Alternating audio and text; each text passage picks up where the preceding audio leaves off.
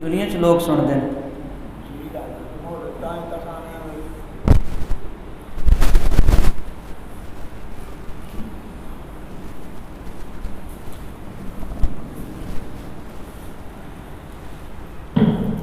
السلام علیکم ورحمۃ اللہ وبرکاتہ۔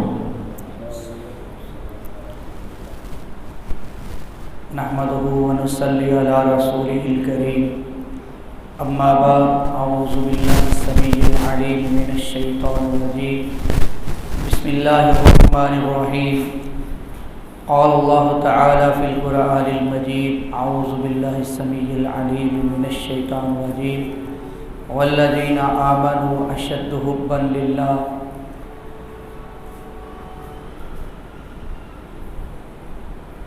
ہر قسم کی حمد و ثنا، تعریف و توصیف اللہ احکم الحاکمین کے لیے، جو مالک کائنات ہے، خالق ارض و سما ہے، مشکل کشا ہے، حاجت روا ہے، بگڑی بنانے والا ہے، داتا ہے، گنج بخش ہے، غوث اعظم ہے،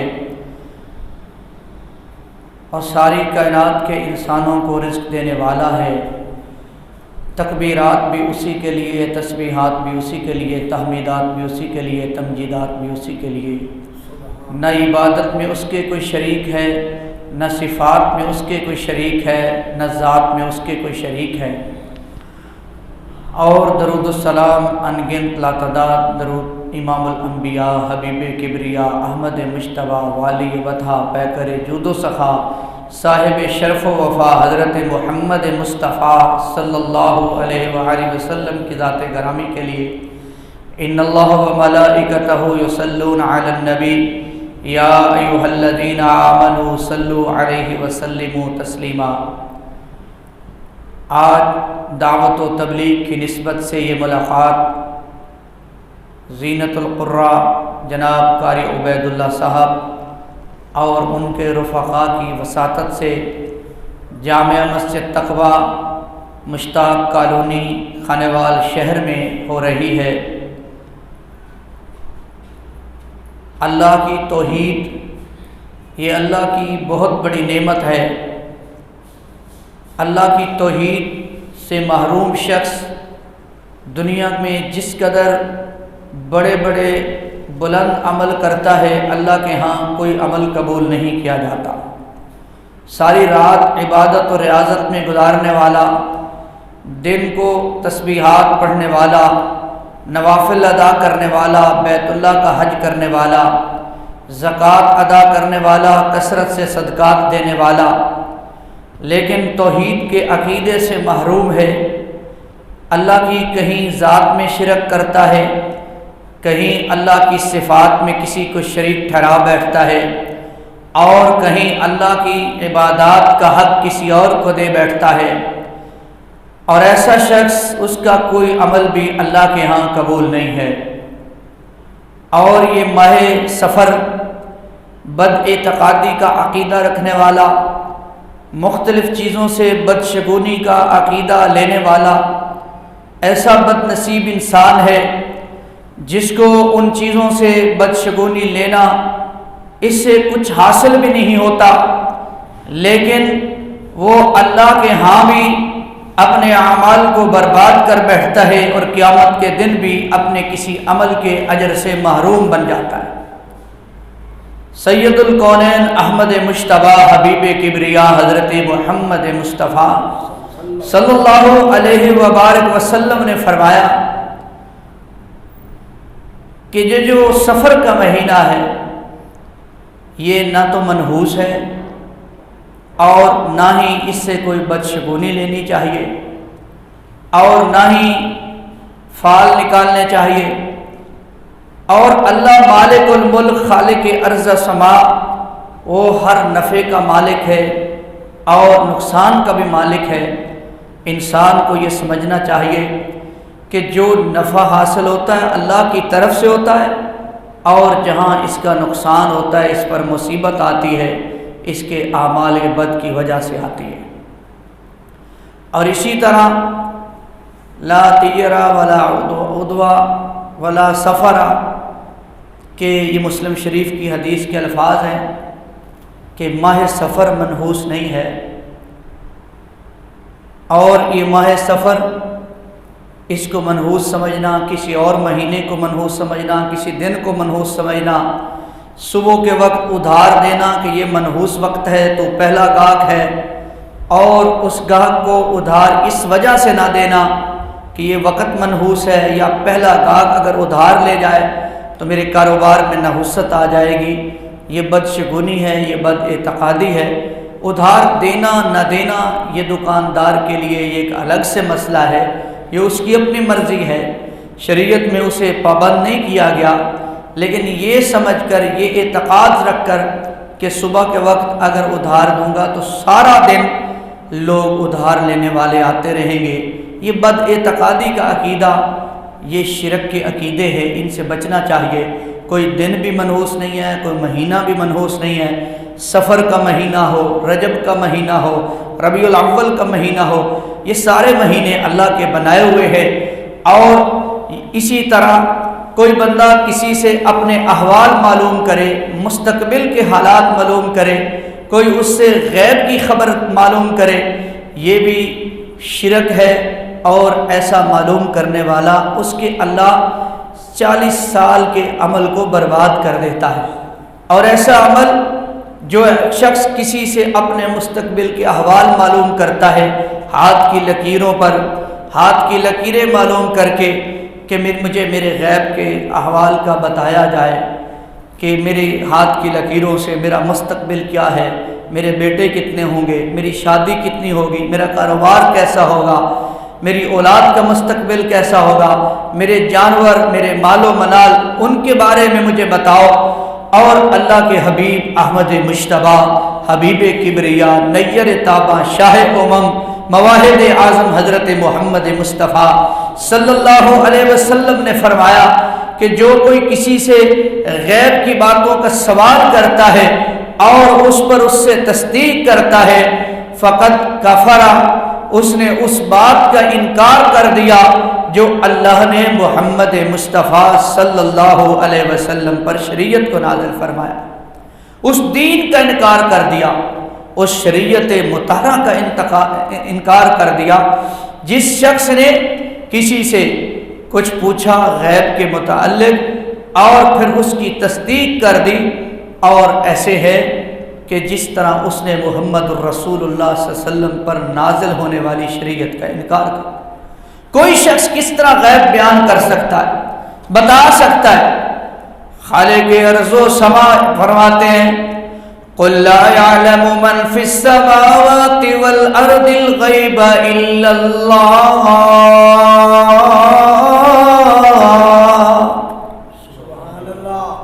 اللہ کے سوا اس زمین اور آسمان کے درمیان غیب کو جاننے والا اور کوئی ہو سکتا نہیں ہو سکتا۔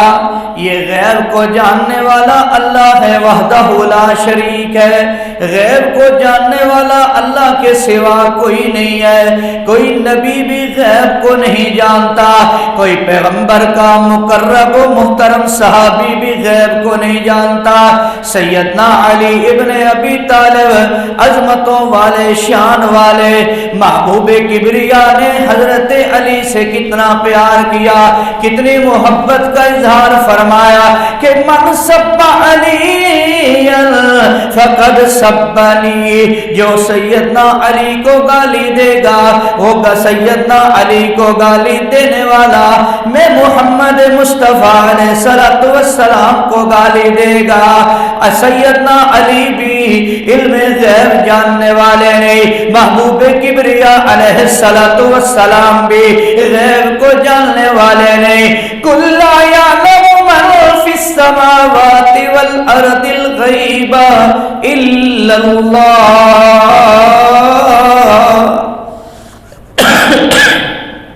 اللہ کے سوا غیب کو کوئی جاننے والا نہیں ہے۔ زمین آسمان کے درمیان غیب کی خبریں کوئی جاننے والا اللہ کی ذات کے سوا نہیں ہے، اور اس کی صفات میں کوئی شریک نہیں ہے، اس کی ذات میں کوئی شریک نہیں ہے۔ اور جب اس کی صفات اور اس کی ذات میں کوئی شریک نہیں ہے تو کیوں کر اس کی کوئی عبادات میں شریک ہو سکتا ہے۔ یہ عقیدہ توحید یہ ہمیں سمجھانا چاہیے۔ سوشل میڈیا کے ذریعے اور انفرادی طور پر محبت سے، پیار سے، اخلاص سے اسی ایک شخص کا عقیدہ توحید اگر درست ہو گیا تو اللہ کی طرف سے اس شخص کے لیے یہ 100 سرخ اونٹوں کے خرچ کرنے، قربان کرنے سے افضل اور بہتر اور اعلیٰ ہے۔ اور اسی طرح اللہ کی صفات کے اندر کوئی شریک نہیں ہے، اور یہ کتنا بڑا گناہ ہے۔ قل هو اللہ احد اللہ الصمد لم یلد ولم یولد ولم یکن له کفوا احد۔ اللہ نے سورہ اخلاص کے اندر جس کو کوئی ایک مرتبہ پڑھے اللہ قرآن کے تیسرے حصے کا اجر و ثواب عطا کر دیتے ہیں۔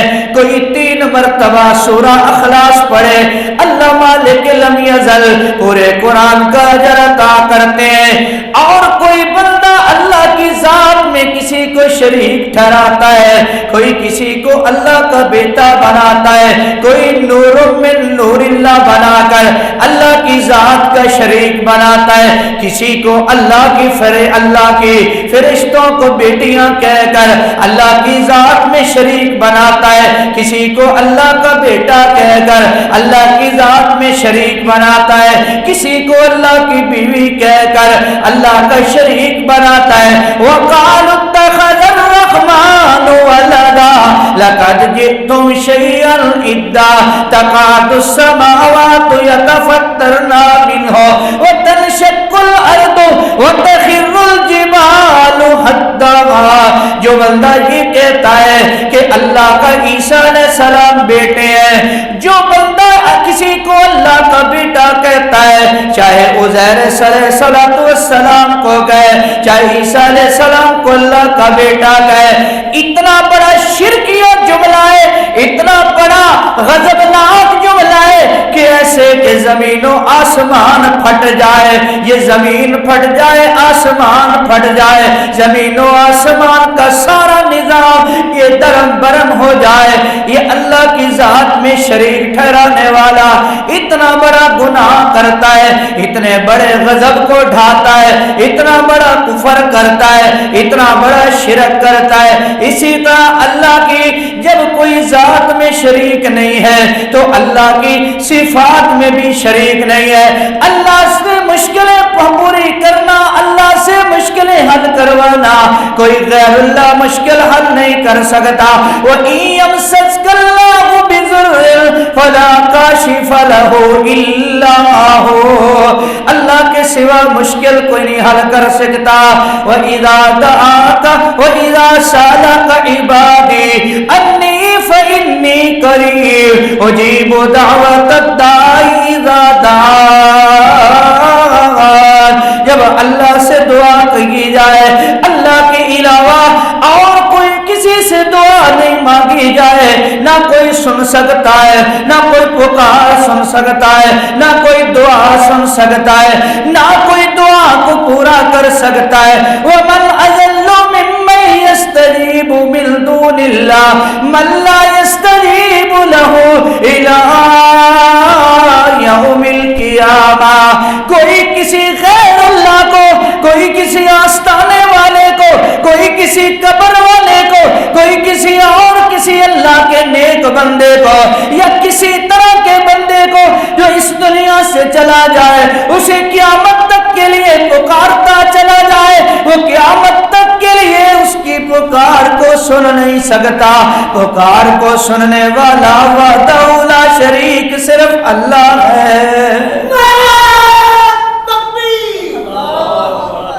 اللہ کی صفات میں کوئی شریک نہیں۔ اللہ بیٹے دیتا ہے، یہب لمن یشاء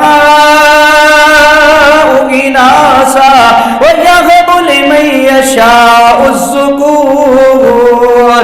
بیٹے اللہ دینے والا، بیٹیاں اللہ دینے والا، جس کی گود میں چاہتا ہے بیٹے بیٹیاں اکٹھی کر دیتا ہے۔ چاہنے پہ آئے تو جس کو جتنی مرضی بیٹیاں عطا کر دے، بیٹے سے محروم رکھ دے۔ چاہنے پہ آئے تو بیٹے ہی بیٹے عطا کر دے، بیٹیوں سے محروم کر دے۔ چاہنے پہ آئے ایک بھی بیٹی نہ دے، بھی باج بیٹا یا بیٹی نہ دے، وہ جس طرح چاہے اس کی مرضیاں، وہ صمد ہے، وہ بے نیاز ہے، اس کے کاردار میں، اس کے اختیار میں، اس کے کام میں، اس کے صفات میں، اس کے کاموں میں، کائنات میں کوئی بھی شریک نہیں ہے۔ اور آخری بات عرض کرتا ہوں، جب اللہ کی صفات میں کوئی شریک نہیں، جب اللہ کی ذات میں کوئی شریک نہیں، تو اللہ کی عبادات میں بھی کوئی شریک نہیں ہو سکتا۔ عبادت اللہ کے لیے، سجدہ اللہ کے لیے، نذر و نیاز اللہ کے لیے، سر کا جھکانا اللہ کے لیے، درود و سلام اللہ کے لیے، اور اسی طرح ذکر و اذکار اللہ کے لیے، صدقہ کرنا اللہ کو خوش کرنے کے لیے، مسلمان کا مسلمان سے محبت رکھنا اللہ کے لیے، ہر بدنی مالی عبادت اللہ کی ذات کے لیے۔ میں اسی لیے مسلمان، میں اسی لیے نمازی، میں اسی لیے مسلمان، میں اسی لیے نمازی۔ یہ عقیدہ، یہ نظریہ، یہ خیال، یہ توحید کا تصور کہ اللہ ہی کے لیے ساری عبادات۔ اور اسی طرح آخر شب گریزاں ہوگی جلوائے خورشید سے، آخر شب گریزاں ہوگی جلوائے خورشید سے، یہ چمن معمور ہوگا نغمہ توحید سے۔ سب کا دو انشاءاللہ۔ اور یہ فی البدی درس قرآن کا پروگرام دوست احباب کی محبت، اس لیے میں نے چند منٹ یہ قرآن کی چند آیات پڑھی ہیں، اور یہ عقیدہ توحید کی نسبت سے میں نے اپنے عقیدے کا اظہار اور جذبات کا اظہار کیا ہے۔ اللہ ہم سب کو زندگی کی آخری گھڑیوں تک توحید کے عقیدے پر قائم رکھے، اور اسی کے لیے اللہ ہمارا پسینہ بہا دے، ہمارا خون بہا دے، اللہ اس کے لیے ہمارا مال لگا دے، اس کے لیے ہماری صلاحیت لگا دے، ہماری نسلیں بھی عقیدہ توحید کے لیے یہ اپنا تن من سب کچھ قربان کرتی چلی جائے۔ یہ انبیاء کا مشن تھا، جس مشن پر 27 انبیاء کٹ گئے، جس مشن پر سیدنا زکریا علیہ السلام کے جسم کو تو ٹکڑے کر دیا گیا، جس مشن توحید کی وجہ سے امام الانبیاء علیہ السلام ان کے موتیوں سے قیمتی داد شہید ہو گئے، والضحیٰ والا چہرہ لولہان ہو گیا، اور بدر کے میدان میں 14 صحابہ شہید ہوئے، احد کے میدان میں 70 صحابہ شہید ہوئے، اور اسی طرح خندق میں خندق کے میدان میں پیٹ پہ صحابہ نے ایک پتھر باندھے، تو معاہد اعظم امام الانبیاء علیہ السلام نے اپنے پیٹ پہ 2 پتھر باندھے، حضر میں، سفر میں، اسی عقیدہ توحید کی دعوت پیش کی، اور صحابہ نے عقیدہ توحید کی اس دعوت کو لے کر کہیں مکہ سے چلے، کہیں مدینہ سے اٹھے، تو کہیں افغانستان کابل شہر میں پہنچے، کہیں امام بخاری کا شہر سمرقند اور بخارا پہنچے، اور کہیں اسی طرح شام پہنچے، مصر پہنچے، اردن پہنچے، لبنان پہنچے، فلسطین پہنچے، بلوچستان کے ساحل مکران تک پہنچے، دنیا کے کونے کونے سے پہنچے، عرب سے لے کر عجم تک پہنچے، مدینہ کے رہنے والے تھے، عقیدہ توحید کے کرنوں کو، روشنیوں کو دنیا کے کونے کونے تک پھیلانے کے لیے اصحاب پیغمبر گلشن محمدی کے مہکتے پھول، آفتاب نبوت کی جھلملاتی کرنیں، اسلام وہ شجر نہیں جس نے پانی سے غذا پائی، دیا خون صحابہ نے تو اس میں بہار آئی۔ چند صحابہ تھے جو مدینہ میں ہی جن کی وفات ہوئی، جو جنت البقیع میں دفن ہوئے، باقی کتنے صحابہ تھے، ہزاروں صحابہ تھے جو مدینہ کے رہنے والے تھے، لیکن ان کی قبریں دنیا کے کونے کونے میں تھی۔ وجہ یہ تھی، سبب یہ تھا کہ وہ توحید کی روشنیوں کو پھیلانے کے لیے دنیا بھر میں صحابہ پہنچے تھے، اور انشاءاللہ یہ توحید و سنت کی دعوت اور پیغام اور مشن انشاءاللہ بیان ہوتا رہے گا۔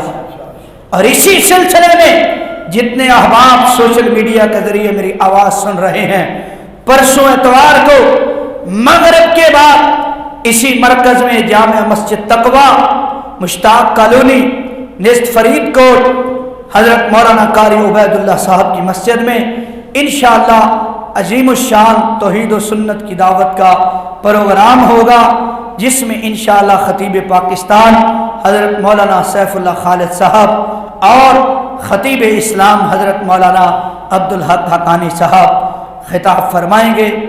آپ سب احباب میری آواز کو سننے والے پرسوں اتوار 27 اگست مغرب کی نماز انشاءاللہ جامع مسجد تقویٰ میں ادا کریں، علماء کے بیانات سے توحید و سنت کے پیغام کو سنیں۔ جزاکم اللہ خیر۔ لا الہ الا اللہ وحدہ لا شریک لہ الملک ولہ الحمد وہو علی کل شیء قدیر۔ اللہم صلی علی محمد وعلی آل محمد کما صلیت علی ابراہیم وعلی آل ابراہیم انک حمید مجید۔ اللہم بارک علی محمد وعلی آل محمد کما بارکت علی ابراہیم وعلی آل ابراہیم انک حمید مجید۔ اللہم اشف مرضانا ومرضى المسلمین، اللہم اید الاسلام والمسلمین۔ اے مولا کریم جتنے تیرے بندے بیمار ہیں سب کو شفائے کاملہ عطا فرما۔ اے مولا کریم ہم سب گناہگار تیرے سامنے دعا کے لیے ہاتھ پھیلائے ہوئے سب کے گناہوں کو معاف فرما۔